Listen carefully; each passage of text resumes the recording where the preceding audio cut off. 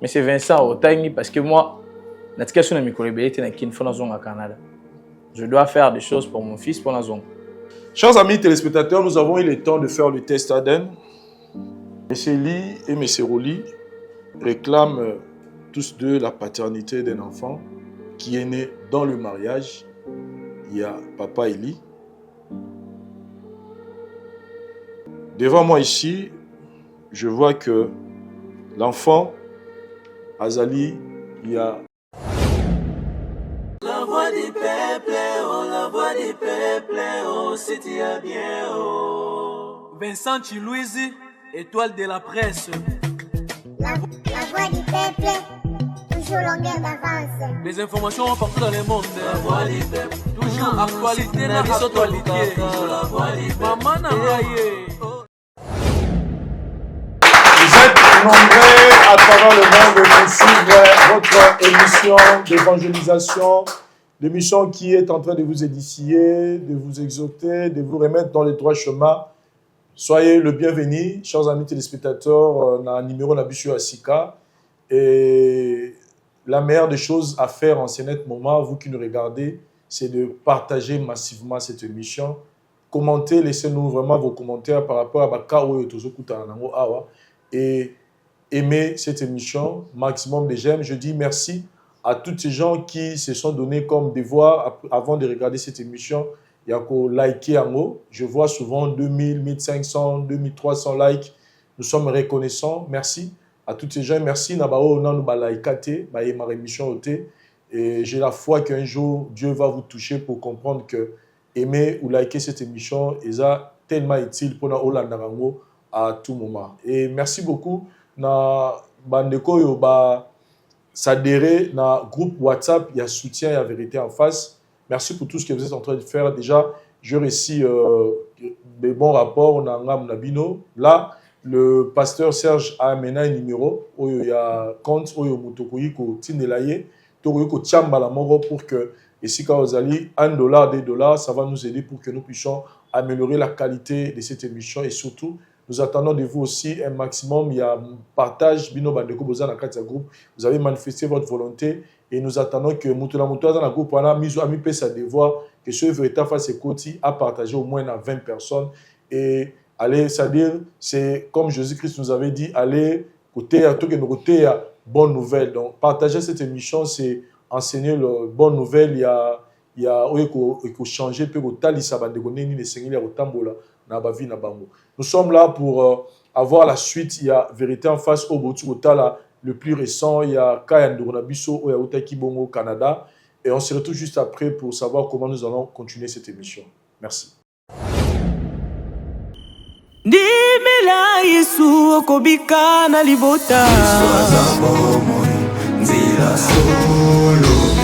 Oh, Jésus, tu verras la gloire de Dieu.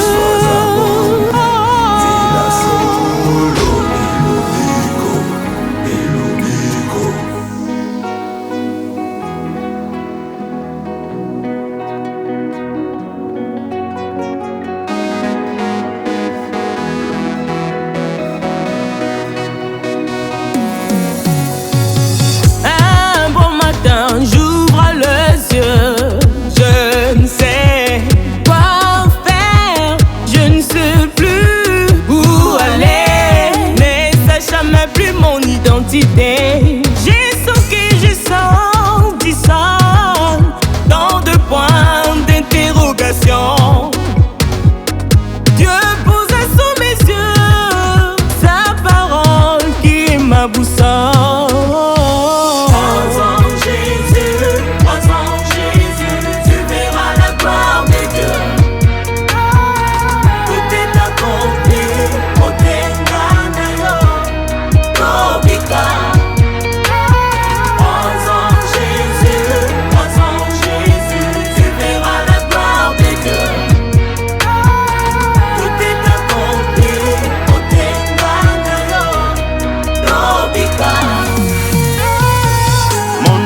Dieu t'aime et crois toujours en lui. Et en sa parole tu vivras, tu ne seras jamais déçu. Il t'est donné à Dieu, réponds et promets jamais de regards inquiets. Mon Mon ami, tu as un Dieu tout-puissant qui prend soin de ta vie. Ne crains aucun mal, il ne t'abandonnera pas. Jamais, jamais.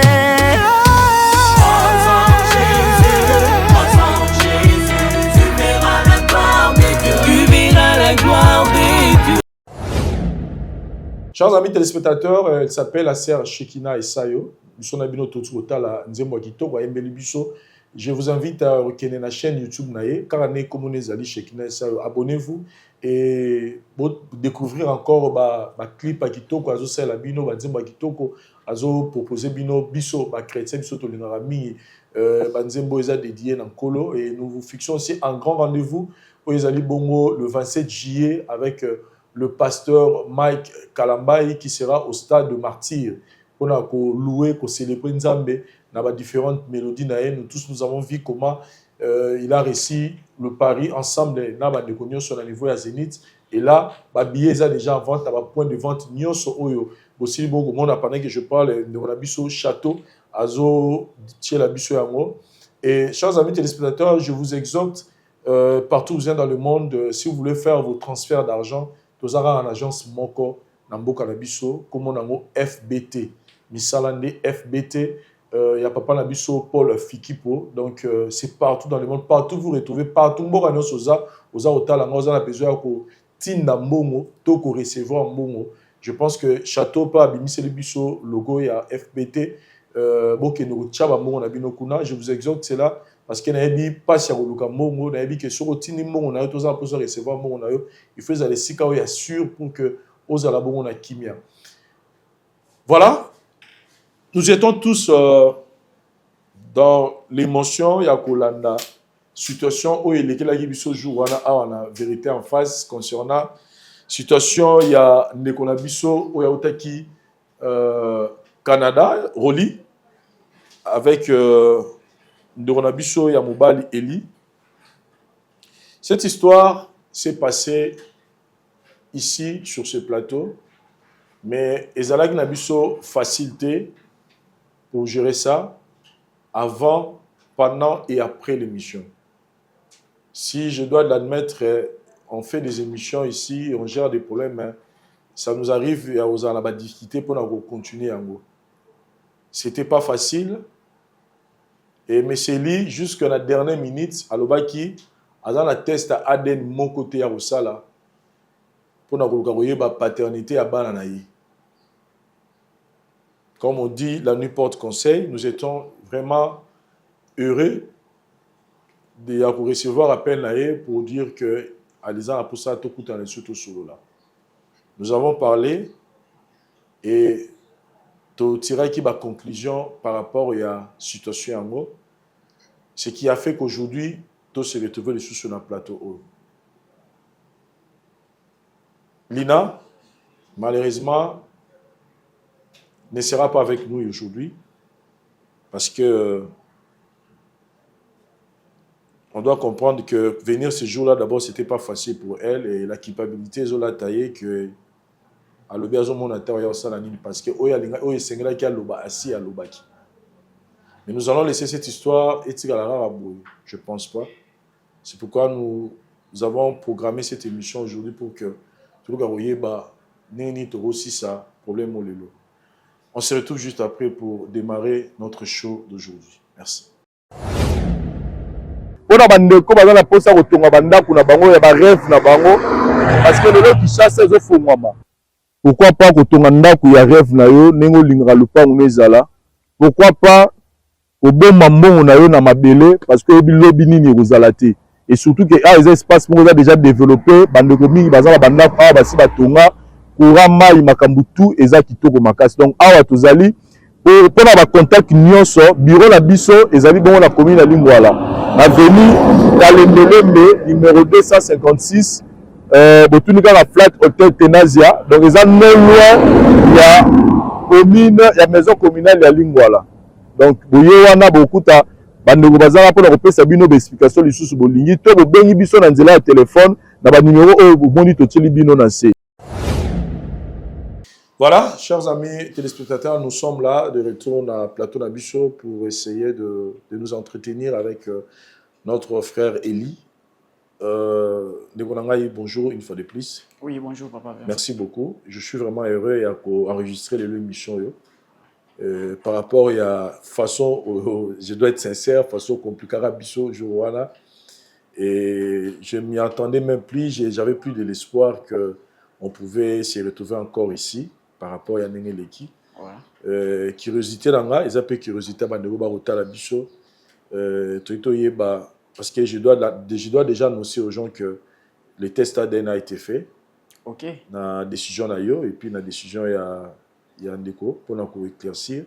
Les londés tout autant un test ADN effectivement moi na sogaza yo to azayote. Mais qu'est-ce qui a fait que au changer décision a eu quoi, c'était que to kende au la test ADN on a bande ba ngaba ba pasteur na ba maman to za na bango. Oui, merci papa Vincent. Moni après jour to passer émission on 2 ou 3 jours après nazaki vraiment na sentiment ya obengo de sous te pona biso ke naza d'accord na boya ki même voir appel no ya le lendemain na boya ki même ko recevoir ango par après naza pe na ba famille naza na ba ami même ba ami de l'école tout temps bon kala naza bon na consulter bango na betele bango vraiment di solo na détail mo de A à Z le ben non okoki ozala kaka na décision moko tozalaka ferme non mpo na ndimi te bando olongwaki na plateau jour wana kozonga ndako affection ozalaki nango avant okóma na plateau envers mwana wana ntango ozongaki ozwa même temps ya kotala ya affection wana ezalaki te malgré colère malgré oza surpassé luka otrouve compromis bien yebasi réellement mwana wana aza ya yo soit aza ya yo te soki aza ya yo gloire à Dieu soki pas ya yo te gloire à Dieu wana na oyo ebiso te ke soki aza ya yo te osala bo wana décision ebima kati na yo moko wana ndeko monde ebisi yanga bongo mpo na perdre déjà papa nazo faire l'un de père maman bon baide na ye bongo kaka me bandeko surtout ya famille ainsi de suite même na mosala balobi nanga te sala test soit aza mwana no te biko libéré mpo ozala lisusu na affection na ye te comme papa na mwana ainsi de suite ezalaki mpe ndenge wana yango monenga mona abengaki yo tozalaki yo tosala test wana. Selon la loi, il y a beaucoup de biso, je essayé de parler avec quelques avocats pe na yebani na bango, ils m'ont dit que moi na azana pouvoir na yo, aza sous autorité na yo. Ouais. Parce que abotami na kati ya ndako na yo. Wana ezali mibeko ya mboka esalaka bongo mpona kotia ordre mpona kotalisa biso ke kobotana mwasi ya bato eza mabe. Ouais. Mais selon moralité na biso toyebi que accepter un enfant qui n'est pas de toi, ça se fait avant. C'est-à-dire que lingi mwasi oyebi biso que na bota wana ozana wana comme au dépend na choix na yo. Tant que lingi mwasi ya bota ou va prendre nango carrément moi na wana komi ya yo, c'est-à-dire ou adopter pe moi na mbala moko. Mais OK, ozana mwasi na ndaku, mwasi akebota libanda, akebota na mobali mususu. C'est de l'infidélité et ça dépend aussi quelque part de la volonté na yo. Je ne sais pas ce qui s'est passé, mais tu regardes tout na ce qui a za yoté. Est-ce que parce que on a vu au Canada lobby que yazana posa a récupéré moi l'année pour il y a tkala jamais ko yeba que azalaki ko vivre na moi sur aza marié. La preuve année, moi ça doit même éliminer na profil oyo pour mona. Ce qui moi naza ngati.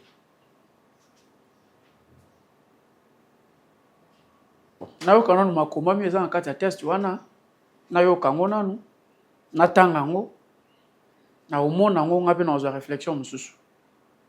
Mais tant on a kende déjà na procédure ya to sa test même aza ngati na ozo ouvert. Même aza yanga na oyeba kaka na oyeba na oza nkati ya test okendo ça. Merci beaucoup et pour permettre biso toko de s'appeler Roli Awa parce qu'il s'agit de vous deux. Vous qui êtes, vous deux, vous êtes des victimes des Nazoloba. Pour permettre à Kota pour que tout le temps un résultat. Problème, tu as côté, hein? Merci beaucoup. Merci vraiment pour la tempérance. On se retrouve juste après. Merci. Ouais, na kin encore. Na comme na ba problème tellement trop. Na ebe été sur na banda wapi pe na suka wapi. Lina no moni bisoto ena e. C'est parce que na moni solution mon souste. Solution moko parce que natala rabino moi trop. Ni senga na le kano arbolu kelanga solution. Pour nga moko na holinga na mimango na banzela moko trop dire. Yango na ya. Lina aza moi si on a bandé ko vivre nae une fois que nae kikini parce que ba parents maman papa nanga baza ate nazaka toza deux na petite sœur nanga biso tout toza na Canada. Bandeko mususu baza na ba mboka mususu mais awa na kin souvent so na ye nazaka na frère nanga moko camarade na benga ke frère. Et alors tombé une fois tokuta na Lina pendant ba séjour nanga. Ça fait déjà au moins 3 ans passés. 3 ans passés. Naya tout ça depuis un mois naye. C'est pas l'année parce que on a une fille simple, très gentille. En plus avec na qualité on a bandé vraiment relou. Au fur et à mesure on a salaire un mois parce que ma boulot ndé senga ki na sanini na zonga. Mais na garder contact naye parce que na linga ki makasi. Kozonga nanga kuna abenga apoye sanga keno elle est enceinte. Bon vis-à-vis keno on a linga elina. Bon j'étais prêt ya rosani ya rozonga bo. Mais papa ibisenga non pour le moment na rozonga te vis-à-vis na makambu fona régler wana. Bon en même temps il y avait pas moyen na zonga susuboye. Voyage je voyage je sais que voyage go préparer en Canada Kinshasa c'est trop pas facile, il faut vraiment du temps pour la rozonga susu. Ndé na bande rosolani na téléphone j'ai accepté que ndoza boye fona bala yo na bokola pe moi na faire à mesure musale zo kende donc yo biso kuna libanda so papa a sérieux makasi il faut d'abord obéir à ça na routine de la rembongo nyonso toi senganga oza na possibilité nanga po aider mais le ça nga pasi. Lina a évolué, Nazemi. On parle de Lina qui est devant moi ici. Aki Nazemi. Aboti. Aboti mwana. Kobota aboti. Atindi la ngapi ba photo ki aboti mwana. Donc moi na tamboli parfois sur non solane a tépé vidéo appel donc to solara tellement bien.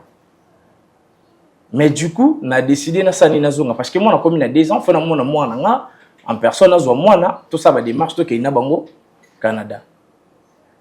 Dès mon retour en Kinshasa na benga Lina poto mona na apesa ngai mwana apesa mwana genre au mona mona d'abord mwana parce que na mona ka ba vidéo na parce que na sala ginyo surtout na préparer ma mutu pour na zonga na bango mibale Lina zo apprendre ngai que ndaza boye azana mwana na maboko te na otu na ye mwana ozani na maboko te mwana za pas famille na yo to. Imaginez azo ebisanga ke non mwana aza epaya soi-disant mobali na ye parce que Melina tikala jamais ko ebisanga ke abala en même temps on a vivre kanaye na tindela kaye mbongo nzoka nde Lina azalaka na ndaku ya mobali mususu. Qu'est-ce qui s'est passé parce que lobi ke ozara susu qu'est-ce qui s'est relation yo na mobali no eskweza nini qu'est-ce qui s'est passé pour ton koma et comme que non moi naza pas mobali na yo akangi aza moi naza pas na ye qu'est-ce qui s'est passé na formule des comptes WhatsApp moko na teke longueur roli tant mobile na yo découvrir que na tie longueur roli à moins que na trompé nda se décider ki to kabwana na zal suna été mais a éviter que moi na o ya mi balé aza moi na roli. Donc pendant temps la nuit c'est tout. Donc il peut kuna nda ko ebika ke moi naza moi na. Oui. C'est ko bana baza wapi? Basé pas Eli. Baza pas Eli nde mobali na yo? Oui. desko nazonga na ki na yana bala yelina nazwa na mwana poto zonga Canada. Mwana wapi? Mwana nga oyo azana oyo yo zani na ndako. Excusez monsieur, je ne peux pas comprendre. Bandela na nous obi. Oyo ki frère.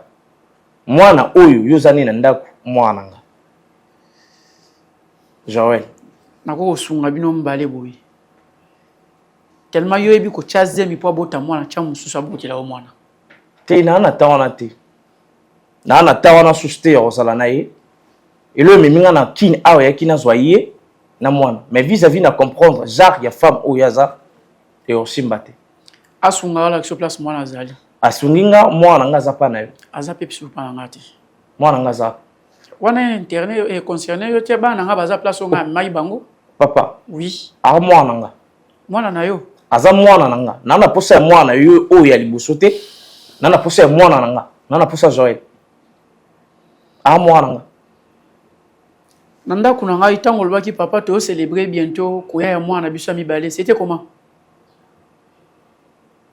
Mais déjà, comprends. Je peux te lancer une chaussure toi. En réalité, bah il faut que moi on a zé bisouté. Azé yote azé nganaï. C'est tout. Yanga ito moment que tu as fait 7 ans dans ma maison. Comment ça? Mais papa n'est lié. Azé pour ça moi. Il est sur ma sur. Zwa moi la mususu pesa yi. O yanga autikala. Tika makila o yanga na maboko ya mutu mususu. Parce que za makila nanga c'est mon sang. Na rola la pongite na eba que moi nanga za quelque part mutu mususu azo bokola ye. Et aussi mbate. On a aussi un messie. Eli vis-à-vis na yoki ba papa, na yoki pasteur ndalobi à permettre nga nazo mona nga. Parce que za makila nanga c'est mon sang. Na ozanga iloko tepo na oboko là. Ici il s'agit de ça la même test il y a ADN pour comprendre que non aza mwana nga. Tout ça là pour nga nazo mwana nga. Chers amis téléspectateurs, je voulais vous informer que nos programmes de Vérité en face tournent à Rango. Et si nous avons des cas, il y a des cas, il y a des situations boyées. Tu aurais été dans nos émissions pour que tu aies coupé Sabino Makambu. Sur les gens la suite et de la Malamoko. C'est pourquoi vous verrez que des fois on ne traîne pas au monde à Moni Bolandi, maman, je suis temps parce que Bissot Tozelaka, pour que tant tout diffuser Malamoko. Et nous sommes aujourd'hui ici pour essayer de mettre fin à cette histoire que nous avons commencé. Qui appelle, il y a M. Roli qui nous a contactés pour nous expliquer que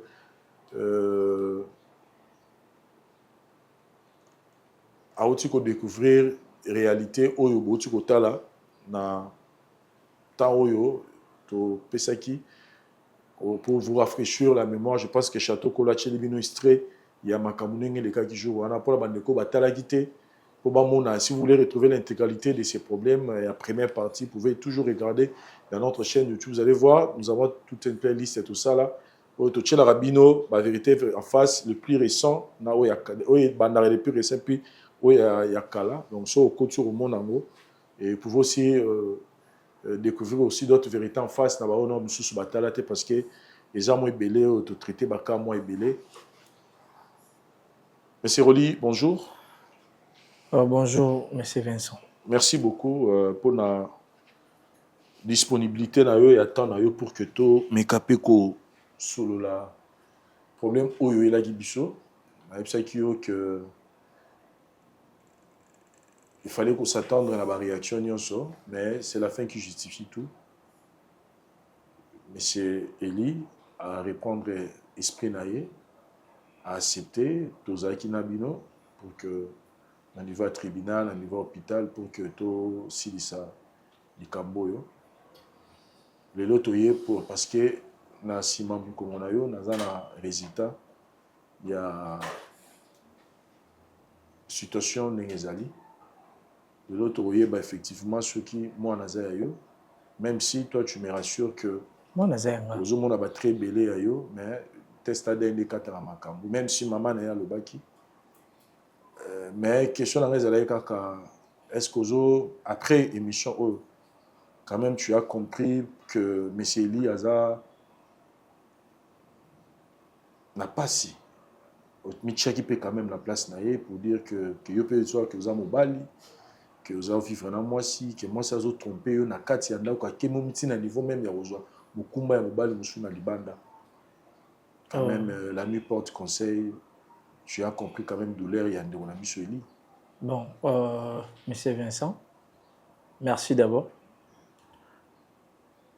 Ouais, na mitchell qui vient en place naïe.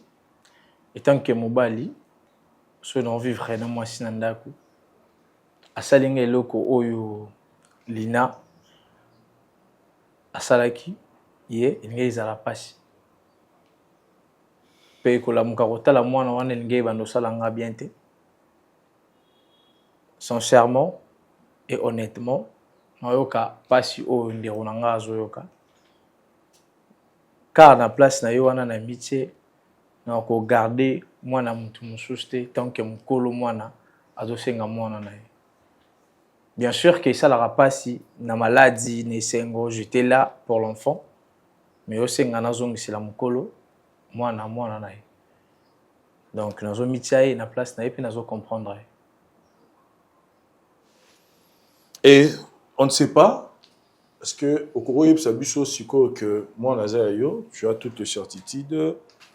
Et moi, si pas yaki a une émission, il y a lobby que Azam Wananayo, on ne sait pas. Mais si il s'avère que Azayayo,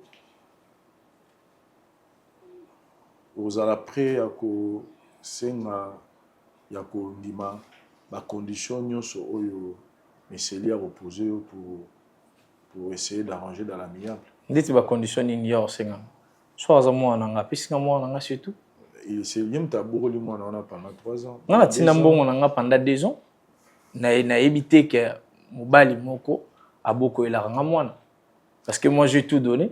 J'étais là. Sur mon embella. Tu n'as pas de facture, bah réussi tout. Bon, on a aussi on dirait na Kimouibi, na sens na Kimouibi, mais c'est moi, j'ai pas besoin de savoir ça. Moi, j'ai besoin de savoir que non. Résultat est bimant à moi parce que n'a pas ça bon chaque fin du mois. Oui, mais c'est relié. Moi bon on a aussi dans ndaku ya nani ezao côté dans la porte nini ngana recevoir mbongo na yote. Moi aussi j'ai pas besoin. Mais c'est j'ai pas besoin que yo recevoir mbongo na. Tellement na accepter toi qui na procédure yo. Garde silence par rapport à Mambozolo.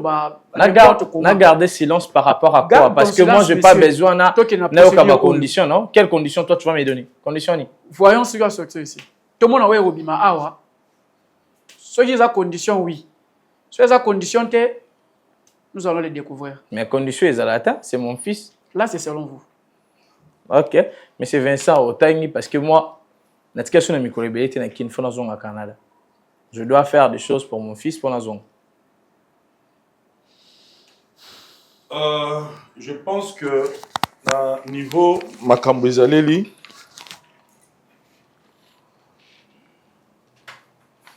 Nengo lobi nanga wa que oza susnata milité. Il faut to yeba effectivement.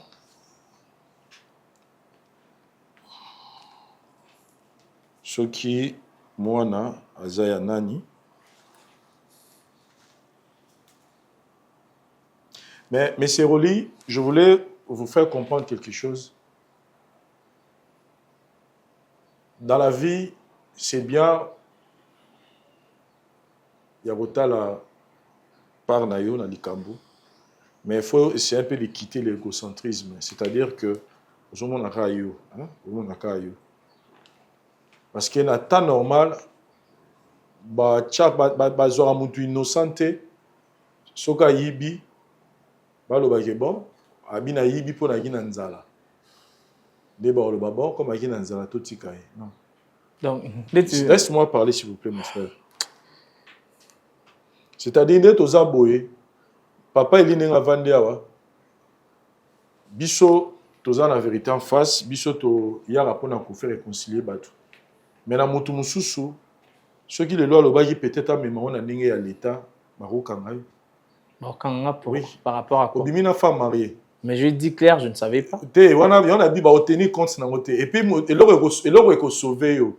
Et ça parce que peut-être aux a le témoignage il y a moi si naï.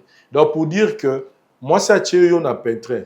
A tché na kati moi ça na koti na buzoba. Je te comprends que tu étais sincère envers moi, que tu peux jamais sortir avec une femme mariée. Aux a la posa ou te osa la moto ça la rend pété. Mais ce qu'il faut comprendre que yo na yé boza va victime, c'est-à-dire yo faut compatir na pas si naï.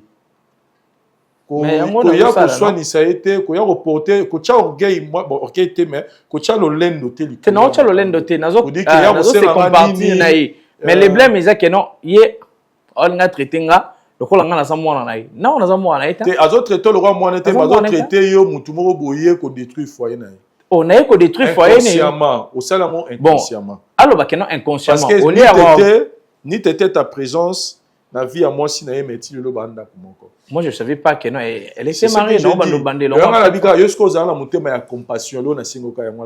alors, on a des mots à condition parce qu'il y a repris sans condition. Tu seras posé à condition, à reposer aux conditions parce que bon, on a retenu dans nos PSAIT. Oh, mais non, mais là, on peut appeler ça un bon hôtel, mais c'est Vincent. On doit parler trop. Non, on dirait, mais c'est Vincent, on doit parler trop. Non, on doit parler. Non, mon frère. Oh, maintenant, nous avons réclamé le mot, t'es pas, non, on a pas. Mais c'est lui, Nanina Edeo. Et puis c'est Roli plutôt. Mbongo Nasa Nini, tu me dis quoi? Mais c'est Roli. Oh. Mbongo Zarotinda, on otine la mais c'est lité. Non, otine la moi si oh, on pense qu'il n'a pas vivre na pour moi. Juridiquement parlant. En plus, on a tina bon pour moi anel bosso. Juridiquement parlant, l'enfant lui appartient. Là, je suis vraiment clair envers toi. Maintenant, ça dépend maintenant na yé. Tant que tu retard un résultat, celui qui a un résultat, gaza moi na yo. En tout cas, il a le droit de décider. Parce que l'enfant, oh, moi, je t'apprends maintenant selon le code de la famille, moi, je suis botami na kati ya mariage, aza moi na même si aza enfant biologique n'a été. Donc, selon la loi d'abord, oh, ya mboka na biso RDC, cet enfant, sur le plan juridique, aza moi na. Même si résultat pessibiso résultat aza moi na yo. Mais je veux que vous sachiez que cet enfant, sur le plan juridique, c'est son enfant, c'est pas votre enfant. Donc, ceux qui ont aussi en moi, comprends que tu dois venir supplier Messeli. Non, mais c'est Vincent. Mais supplier, c'est trop dire. Tu dois lui supplier. C'est trop dire. Parce qu'il y a un supplier à chaque fois. Naïe n'a solo naïka. Parce qu'il y a un mobile, je ne savais pas. Mais qu'on supplier, c'est trop dire. Qu'on supplier, c'est trop dire. Franchement, je ne peux pas faire ça.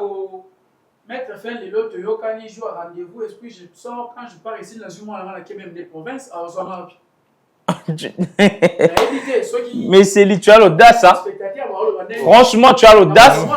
Non, laisse-moi te dire que tu as l'audace. C'est Roli. Tu as l'audace. Mais c'est Roli. Ok, naïe, voyage. Mais on a Roli. Ok, on a trop qui est trop, s'il vous plaît, là, c'est j'essaie un peu de prendre sa part pour te dire que on a Kita. T'es bon, gars, c'est un Keno. T'es Kita. Ni à naïe, voyage. T'es Kita. Ah, l'audace. Oui, il y a l'audace à Olobango. Ah, vraiment l'audace à Olobango. Appelle à droit à Olobango.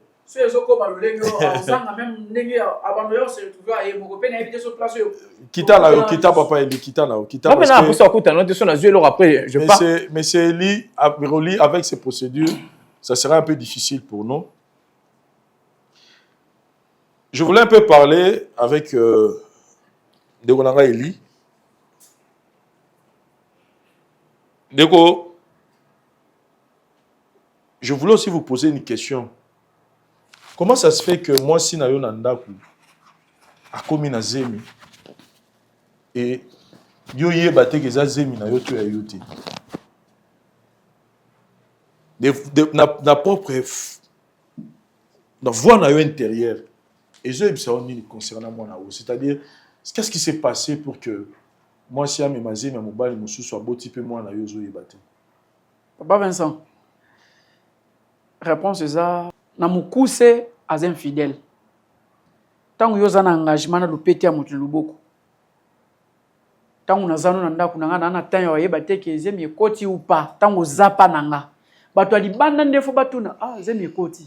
Me ngana na ndaku toza na tanyo wayeba makambo wana te.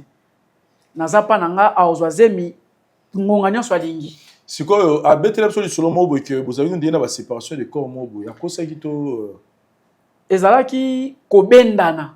Séparation des corps, c'est trop dire. Kobendana, lelo, nako décider. Toi, c'est comme si tu blagues avec moi.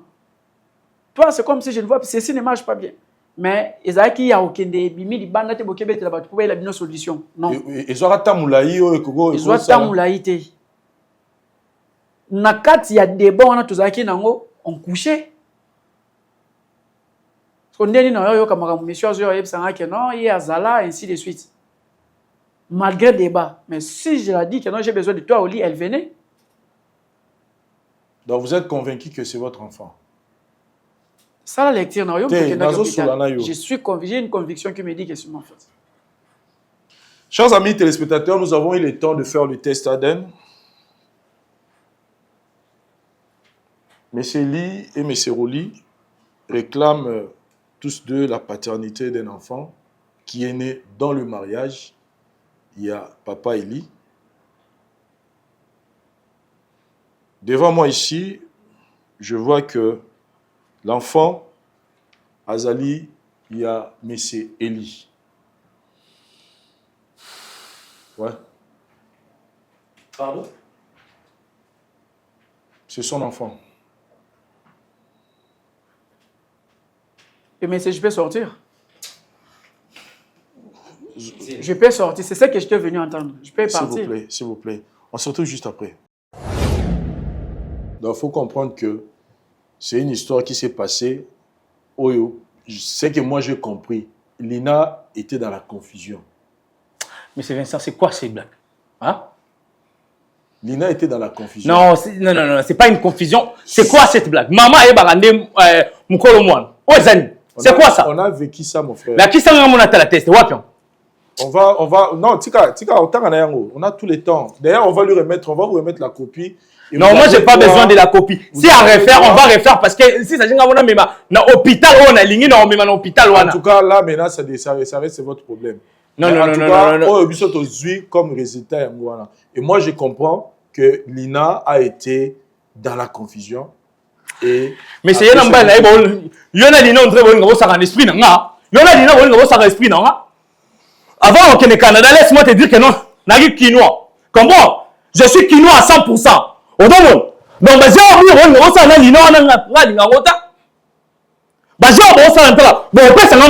Messieurs, vous allez maintenant confondre. Hein? Vous allez maintenant confondre. Vous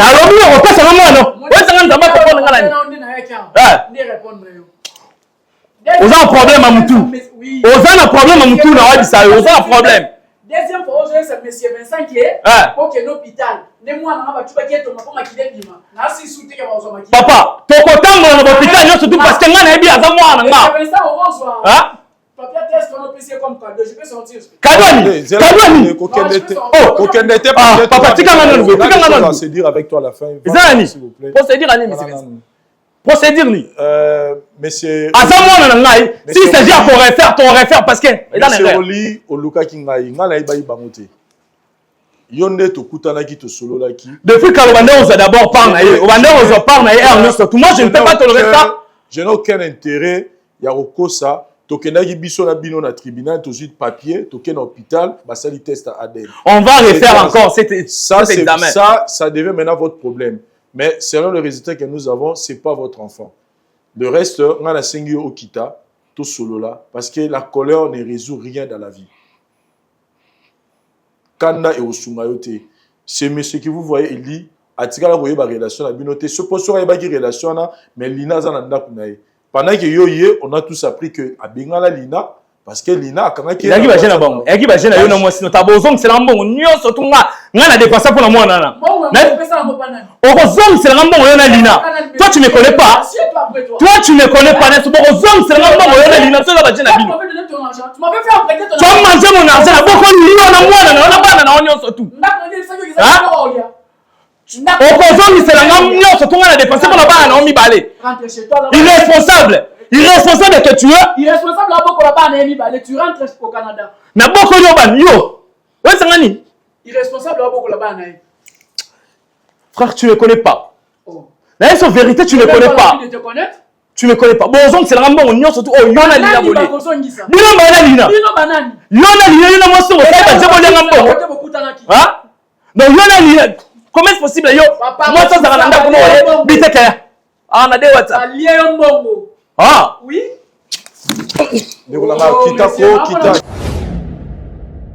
Ephésiens chapitre 4, le verset 26. Merci Cordon pour la parole. Papa Nabiso Roli. Courage papa. Courage. Oui, comme c'est commis déjà. Vérité bimi moi naza yote. Oui, ça on dirait ba fille na biso qui ça ba koma façon na bango ya ozwa mbongo et koma bongo.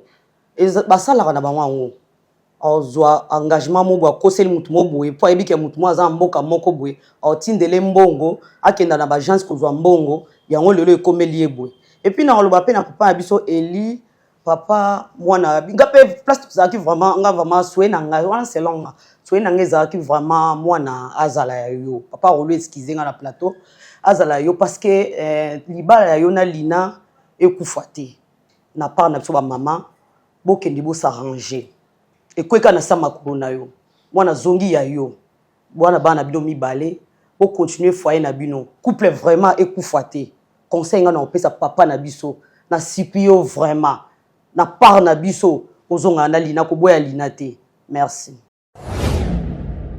Merci Cordon, na parole au Pessinga. En tout cas, il faut aider ya ba papa oyo ba utaka na bamboka msusu bayaka awa na kati ya Kinshasa ou bien bamboka msusu bakoko ya na Lubumbashi bako bazo ya kokutana na basi me bayebite moi si on na zo kutana na ye est-ce que aza femme mariée ou bien aza femme mariée te ou bien moi si aza pas na bangoto condition moi si ayebite yepe kuna peut-être atika o ya ye moi si kuna zo lela ye ko sala ba aventure akutani na aventure en tout cas ba biloko wana ete ya bawo bazalia ete ya pena bawo bayaka ko sala ba aventure awa na kati na Kinshasa bomoni suka ya muninga akanisa kike zemi ezalaki ya ye mwana wa botamaki azalaki mwana na ye nzoka aza mwana na ye te zemi na ye pete mukolo zemi na ye nde tata ya bana na ye nyonso mibali wana monsieur Eli omoni ke confusion ekoti kati na bato bayaka kosala ba aventure en tout cas ete ya bino bato bautaka biuta utana bino na bamboka na bino oyo bosi bosomba lola na mabele wana ete ya bino vraiment. Merci beaucoup Cordon. Merci Cordon pour la parole. Nako yebisande kona bisa mobali boye na vie ozolinga osala tozokana kosala il faut se préparer nango pour na nyonso kokoma. Cela veut dire koyate pour osala loko moka koleka suka nango ebenda yo na comprendre loko mona kata histoire na yo eza eloko ebendi yo plus ezaki tango yo kike akomi na zemi azana mwande bendi yo shumakasi mais déjà so kotaki na kata bolingo parce que olobaki na ebandeli na yo kako mukolo wana ozwaki mwasi obandi déjà kobima na ye pona yo trouvaki lokola mwasi na yo nazo condamner pena marche na yo te mais marche nezo koya ezokoma mabe parce que muto touché alaki mwasa libala alaki mwasi afandi na mobali na ye yana biloko mibale simbinga ona obenga o détruire libala batu o même nzamba contre yo premièrement ko kabwana ya mobali na ye na mwasi ezaki po bamonaki WhatsApp oyo zo figurer na kati wana nde mobali aboyi mwasi na ye parce que nakoki ye déjà na bandela zolo balinga ta ko sentir ye tabenga ke ndumba pona kombono. Deuxièmement eko koma likambu ya mwana o choquer na oya mibale ya oyebise ke mwana azala ndako azala mwana ngai ngamo na ni lobeli sikoyo tango détruire libala batu mwasa ke imbala tika lo kabuli bango est-ce que yebi ke Bible lobi moto moko te a séparé o nzamba sangisi je sais pas olimbisanga. Deuxièmement oyo déclarer mwana o en plus ozo ko insister na ça que humilité précède la gloire et moto nyonso atali sara lolendo nzamba résistera liboso na ye akotaki na kata confusion na ko lobate ke na espace topé place ya bandeko basala test ya ADN pour no isa bango ke nzamba confondre ka yo pour no yebisa na yo ke lolendo ko ko isope lolendo ko effacer nyonso ezaki pe na nzela no elongwa pour na lolendo kasi Proverbe chapitre 13 le verset 13 lobi boye moto aboya koyoka mateya aboya koyoka conseil ye moka mikotisa na kati ya kokoya ni pe na kati ya kobunga na ye raison pour laquelle les lotis maboko na mutu ozomituna est-ce que c'est solo tu es lukuta na informons que c'est solo c'est parce que procédure na yo déjà wono ça ila o bandela kiza mabe okolo boza innocent mokwe ide na kati bakanyo na kati na eloko na maboko bi na za innocent na ebite nga basimbi senga basimbi sho eloko eza ya bato e mobala bato azoloba na nzela na oke kita oboyi kokita to yebi sho kita oboyi kita lelo répéter quand même eloko nzamba yo kelo ma alimbisa yo mais je vais dire seulement na bande ko na biso basi boy infidélité comme eloko elamba mo boy za rapport bande ko basi même et pas bande innocent mibali je sens c'est comme si mouvement moko infidélité ma casse ces derniers temps bato ba komi na facilité ya ko sala muninga mabe même ina mbeto libala muto na facilité o sala mabe laisse-moi te dire na kati infidélité nzamba aka hotel na bato na kati infidélité nzamba kwisa bato na kati infidélité nzamba traitera biso lokola bato to choquer mitemo ya hotala parce que tant on commettre infidélité yeba ko zoksa mutema nzamba oyo ka mne muto olela ata nde muto ozoka nzamba o défendre parce que lobi na makomi na ye gardez silence moi l'Éternel je combattrai pour vous a combattre pour na bandokité mais pour na bato ba sala biso passi auto yebe le côté toza surpris na mabe nzamba o combattre pour na biso. Merci beaucoup. Ephésiens chapitre 4, le verset 26. Le Flat Hotel Tenasia met à votre disposition des appartements équipés de chambres et suites avec un confort moderne. Une salle de fête moderne pour toutes sortes de manifestations, anniversaires, fêtes de mariage, réunions et autres. Pour ceux qui adorent la restauration, il y a un restaurant VIP à votre disposition. Un nightclub pour les amoureux de l'ambiance responsable. Un service traiteur de renom. Et pour ceux qui adorent rouler en sécurité et en luxure, le Flat Hotel Tenasia met pour vous une location des véhicules des marques. Le Flat Hotel Tenasia se situe dans la commune de Lingwala sur l'avenue Kalembelembe numéro 256 à 2 minutes de l'avenue Libération ex 24 novembre. Merci beaucoup, équipe Nabicho à conseil. Merci na Bandeko Toubo Jota Labicho. Merci Penayo, M. Roli, pour avoir accepté Yakoyoka ma conseil na eloko to bengisi ki to yelaki awa. Moi, je voulais simplement vous prodiguer juste un petit conseil. Mon frère, na Kinshasa, lelo est comme facile que les sexe exaté. Aujourd'hui, tu peux rencontrer une fille Lelo, Bobimine pe Lelo. Je ne sais pas c'est quoi ce qui se passe dans parce que je me souviens même Bissonio Sodé Toza ou Kala Toza ina kini so okuta na moi si pour peut-être pour embrasser mon enfant soit 3 mois, 4 mois juste pour embrasser. Mais avec ces phénomènes comme la Kinshasa avec les réseaux sociaux tout ça, tu peux rencontrer une femme aujourd'hui et tu couches avec lui. Et ça a un danger pour nous les hommes. Je peux comprendre. Mais moi, je pense que Kambo Okutani Nango, et c'est l'expérience pour nous, et c'est l'expérience pour Madame Moussous. Si Okutani na moi si na vie, surtout na Kinshasa lelo, et que na se abolimona ba sentiment na binetini bino bobima, peut-être les mêmes jours, des jours après, parce que nous avons changé mon kid. Soit temps, il y a mention abiminae avant d'arawapi. Parce que d'abord, ce n'est pas prudent de connaître une fille qui est place avant de rater, place à bimarater, mais aux après au foot hôtel pour bobimanae. Bon, monsieur, il y a un monsieur, fille, monsieur, vas-y, penandoki. Sorcière, pena donc il reconnaît pena na famille, alia papa, alia maman, alia rabandeko, a penandoki. Mutabongo okutana inae. On parle aujourd'hui d'un enfant. Bonsoir d'Agina Sida. Pensez vraiment que le mot fout habillé pour y avoir de la vérité en face pour que Tobé Tamasolo qui est fille à péché aussi là. Parce que ceux qui déjà beaucoup à niveau à Zemi, c'est que ma relation avec nous est non protégée. Supposons ce qu'il y a ici là. C'est pourquoi moi je donne conseil à Bisso Bagène Lelo pour autant l'émission. Tout le monde a dit que comme sexe, c'est comme une facilité. Et qu'il faut exploiter sans mode d'emploi. Parce que tu risques de vivre dans le Moi, c'est azali le boulot, il y a bonheur, azali le boulot paie à malheur. Le boulot sur au côté, au robe, il s'appelle or, na diamant, ils ont même le boulot sur au côté, au coup tabaniou kapé balié, vino pe baby. Donc nous devons faire très attention dans Mabasi, surtout dans l'Italie sexe. Parce que c'est devenu tellement facile hein, pour avoir ça. C'est vraiment facile pour avoir ça. Donc frère, moi je pense que ce qui vient de vous arriver, ça doit être une leçon de la vie. Autant où tu vas voyager no yaka, sur ce pays dans moi si de volanga luka no yeba sika bimara. Ils ont une banquette rose 3 4 5 6 jours. Il y a place à bimara, il y a papa ne yo, maman ne yo, de yo. Venir n'a pas dans flat aya talio. Je vois ça souvent là bas place me souper na kena. Vraiment un petit moyen au petit flat, au petit poteau ayer pour ça ba lui ba fille aya ka ba no bimana bango c'est bien.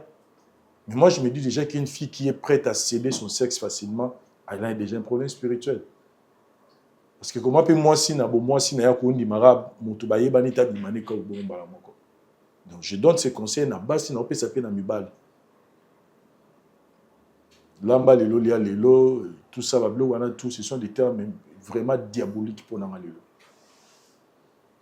Tu es un homme, tu es un beau garçon. Vous avez monté au sorotemi dans zéro béni 5 basi. Na limite moko a oboya a moka za na mobali na.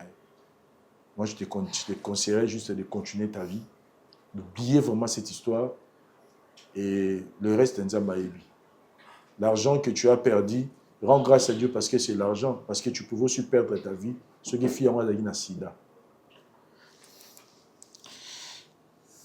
Je pense que nous sommes arrivés à la fin de cette émission. Nous allons continuer à parler avec notre frère, mais que cela soit un conseil pour tous. Merci, bye.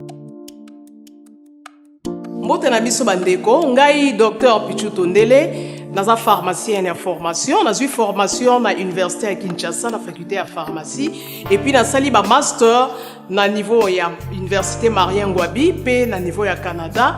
Na transformation des agro-ressources et puis préparation de cosmétiques thérapeutiques naturelles. Dans le œuvre dans le laboratoire CRMTA ou ezali laboratoire médecine spécialisé dans la production de phytomédicaments, c'est-à-dire qui c'est à partir de banzete na biso ya Congo. Qui c'est nyonso o bozomona awa na CRMTA et subir essai toxicologique et puis essai clinique ou ça la différence na biso na ba tradi parce que et subir quand même moi étude et puis qui si on est na CRMTA ils allaient homologuer la ministère de la santé, c'est-à-dire ils ont la autorisation il y a mis sur le marché na niveau ya mboka et puis les bandes ya mboka qui si on doit produire na CRMTA et puis qu'on n'importe quel médecin partout à travers le monde. Dans le laboratoire CRMTA, nous avons deux branches, branche cosmétique et puis branche médicaments. Dans la branche cosmétique, nous avons dulci au collagène, pour ça, il y a un sérum, un savon, pour le traitement, il y a un tampon, un ndouta, un ride, un poche, et puis un cerne. Nous avons dulci réparateur, pour ça, il y a un sérum, un savon, on peut associer gel douche, pour le traitement, il y a un bouton, et puis pour réparer le poisson. Tout ça, dit 6 cheveux, pour ça, les lango, huile nango, na shampoing nango, pour le traitement, les cheveux abîmés, les cheveux haut et baby, les cheveux colorés, ils allaient pour botter sa soukinoki, et puis ils allaient pour retarder, repousser les cheveux blancs. Tout ça, puis na parfum na biso, ou tout ça, à base de banzete na biso ya Congo, spécificité nango, ils allaient pour quitter ça au stress na kati yanzoto. Na branche médicaments, tous allons na méamycine, sirop comprimé, ou ils allons kiss na biso ya ba mib, ba levure, ils ont anti-poison, ils allons traiter ba problème nyonso. Tous allons na kiss na biso diazostimile, ou ils allons traiter ba différentes formes d'impuissance sexuelle, tout en éjaculation précoce, dysfonctionnement érectile, manque de libido, azospermie. Tous allons na kiss na biso zingenalis, supo na comprimé. Vous allez traiter différentes formes, il y a hémorroïdes internes et externes, ils allez régulariser le cycle, il y a maman, vous allez na kiss na biso sensiphos, vous allez kiss il y a malaria, présenté sous forme de sirop comprimé, vous allez na kiss na biso méamycine crème, vous allez traiter différentes formes, il y a maladie, ou il y a ploposo, mycose, ou c'est la na makolo ya bana mibali, maladie empêchement palata et pas ya bana, na maladie msou ya loposo. tozali na Diazolex oyo ezali kotraite différentes douleurs climatismales, douleurs ya mokongo, paiement, allergie au pollen, tozali pomade oyo tongoli kombo ya papa na biso tondele Diazolo, tozali na Mercine crème ndenge na tamaki, tozali na Allium oyo ezali kisi na biso ya tension, ezali kotraite hypertension, tozali na Borex oyo ezali kobomisa système ya bapapa, ezali kokomisa yango molai mpe monene. Tozali na menga kisi na biso ya makila oyo ezali kozongisa makila na bato oyo baza na problème ya anémie, quel que soit son type ya anémie. Et puis tozali na tisane Dr Maxon oyo ezali tisane na biso ezali kotraite bamyome, bafibrome, kyste ovarien, et puis basi oyo baza na problème ya kobota. Tozali pe na diabétine oyo ezali kisi na biso ya diabète, et puis tozali na anti-poison na biso oyo ezali koneutraliser poison na kati ya makila.